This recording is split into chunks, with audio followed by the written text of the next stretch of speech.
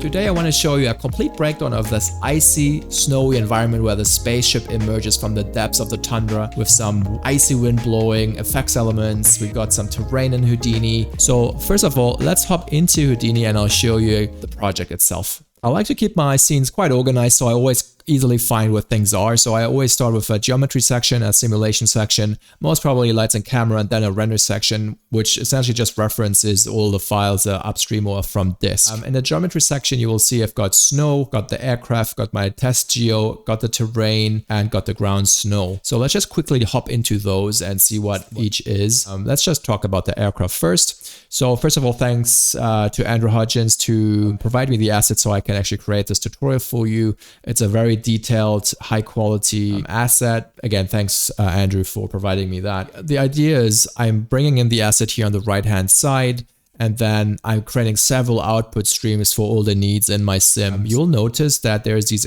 invoke nodes in here, and they are essentially going over to this section here. It's a compile block which has several transforms. So whenever I need to change the animation, I would change it in this compile block, which then would be applied to all the other sections here. Before obviously running the invoke, I did a couple of things: attribute deletes, material cleanups, and then I'm packing it, and then I'm applying the invoke. So right now nothing is going on. As soon as I go to the invoke here, you'll notice that things start moving. If I look through the camera, I just animated that, and I used several keyframes to get that going. And I have several, like a collision, VDB collision stream, got a different one for triggering awake particles, got my proxy geo. So I got several of those which help me to drive within the sim. Then let's go into the terrain, which is quite interesting actually. It all starts out with height fields. If I go all the way to the top, it's just a simple, 250 by 250, 500 by 500 height field.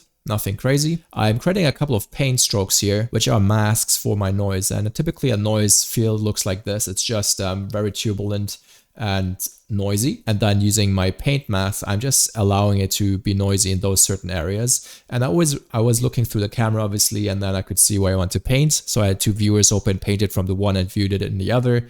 I applied more noise to it, resample everything to be 3000 by 3000. So it's a lot more res. Then I applied the erosion. Yeah, and after the erosion, you get this nice detail of everything. So that's happening after the erosion. Before actually writing to disk, I went to COPS, which is Houdini's compositing tools.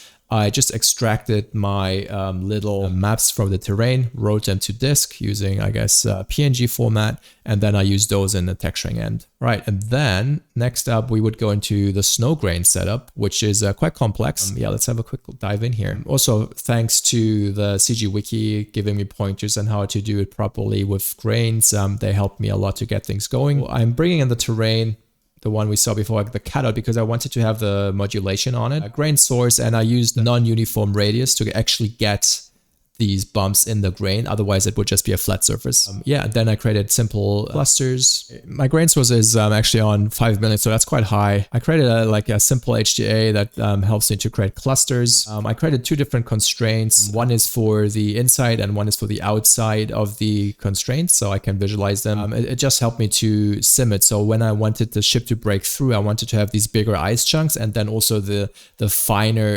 in-between glue constraints which break. And you can see the green are the ice chunks and the red is essentially the in-betweens. And then I ran it through the Vellum solver. I have the grain written out to disk, and you can see now these are my cluster points, and the in-betweens are fracturing pretty nicely. And then we got these bigger chunks. It took me a couple of iterations to get this going where I wanted it to go. I did some cleanup work, converted this to VDB. I had to do some attribute transfer of the to get the shading aspect a little bit better. So once that was done, I was transferring the cluster IDs, for instance, into my shader so I could drive that, add a little bit more breakup essentially in the shader itself. I blurred them. Let's see if we can actually visualize them. Cluster float. Yeah, there we go. And I use those to drive my shader and then write that out to disk. So that's a snow grain sim. Then I did a couple of snow volume sims, snow gusts, the thruster. So let me have a look at the RBD. I will not go into the setup. It's essentially just breaking it up, creating material fracture pieces, creating UVs for them because I wanted to have some textures on them. Based on those pieces, I am creating a RBD source to create particles, which happens on this end here. After that, I'm generating these finer particle streams. These are just emitting from the rocks. Snow volume is just a little bit more detailed snow when the aircraft emerges. It's essentially kicked off by the thrusters. It's not super visible in the final video, but then we do have snow gusts, which was a nice thing. Thanks Karsten Bars for helping me, giving me just pointers on how to achieve this. So I use a grid, I rayed it onto my terrain surface to get a cleaned up grid like that. I did some density attributes on it, scattered points from those, they are animated like that, and then from that I'm emitting density, and then I'm using AXIOM Solver. If you haven't checked out AXIOM, it's a really cool plugin for Houdini that generates GPU-based volumes, and it's super fast and it creates really good quality. That I use for that and also for the thruster, and this is just like wind gusts pushing into the camera. It's very subtle as well in the final product. And the thruster also using AXIOM. Again, if you haven't checked it out, have a look, it's really awesome. My thruster points where I copied to the source shape, I just use a single static cone. I simmed it, let's say pirate baked it, and then this is essentially the result. So lots of velocities, a little bit of breakup, bake that to disk, and then I'm copying it onto my points on this thruster. So when it emerges, it kind of travels with it. So that's the thruster section, and then it's just lighting. So I just looked at the plate, made it an interesting light setup, mainly from the top left. You can have a look at the aircraft here, and then my Arnold render are these two. So I've got a sky dome and a sun, very simple. I can affect the viewport. Let's go back to viewport lighting, and then we should see that actually happening. So lighting wise, it's pretty simple. And then my render section is just pulling in all the elements I rendered to disk, all in their own section. Wind, gust, thruster, volume, all of that is there. And then if we look at ROPs and on my render outputs, I essentially have my main pass, which doesn't have the volumes in it. Then I have my reveal volume, my thrusters, and my wind gust. So these are 3 VDB passes. I added a breakdown element as well, and I just rendered that using Deadline. Luckily, everything was going. I think render times were like 6 hours for the main, and the other ones were like 1 hour per pass. And now before we go into Nuke, where I show you where everything comes together, I just want to show you how I set the shaders up in Painter, or at least the textures. I was lazy on this project. I didn't create any paint strokes or physical brushes or anything like that. So this is just done using the presets and just dialing those presets. So you will see the names are machinery, which I used a lot, and then I just changed those values quite a lot. And assigned them on different aspects. So if I, for instance, would apply the brass here, you can click, you can click Control and it loads you the ID maps, and you can assign it for a single surface or for on several ones. So that's what I did to place them. You can see now this applied it to this ID map.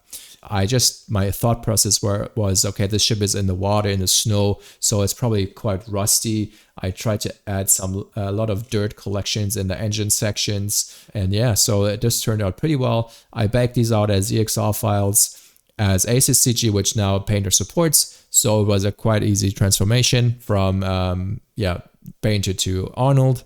And then in Nuke, which is my compositing tool, which is always my compositing tool because it's a very awesome and flexible tool. You will see I have a couple of backdrops which I used for my environment. I tested a couple. In the end, I settled with this one.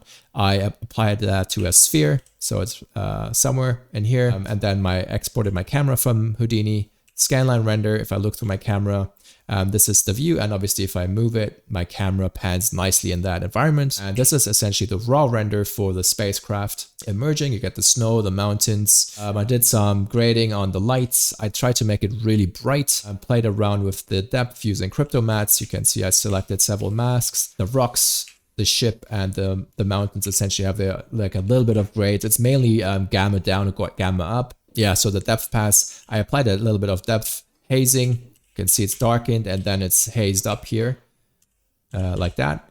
And it only makes sense once we see the background actually. Some light wrapping and blah, blah, blah, all the way down here.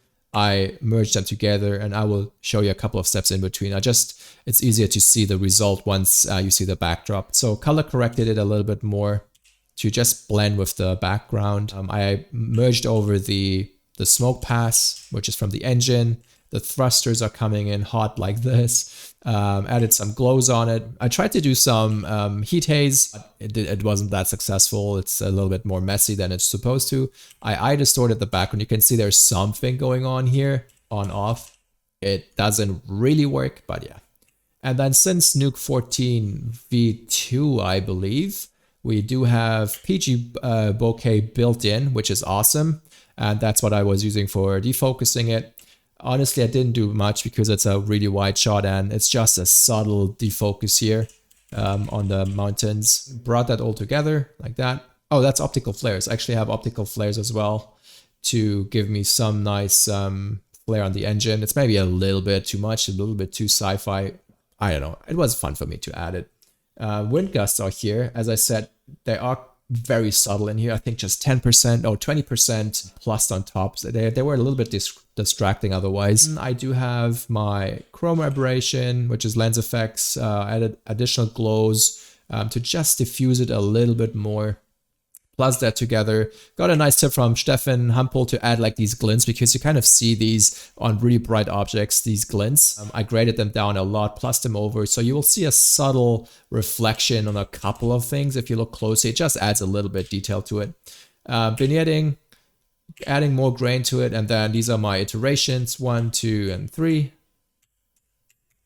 The last step I added snow. This was just a shader thing, so I used pre-ref or actually UVs to just apply a really tight noise texture onto the rocks, just that they sit in better, because before it was just a black rock, which wasn't that great. So that is my project, and I hope you enjoyed it. This was one of my first generalist work in Houdini, and I will definitely trying to do a lot more. Don't forget to check out the scene files for Painter and Houdini, and even the Nuke files. So everything will be accessible through Patreon.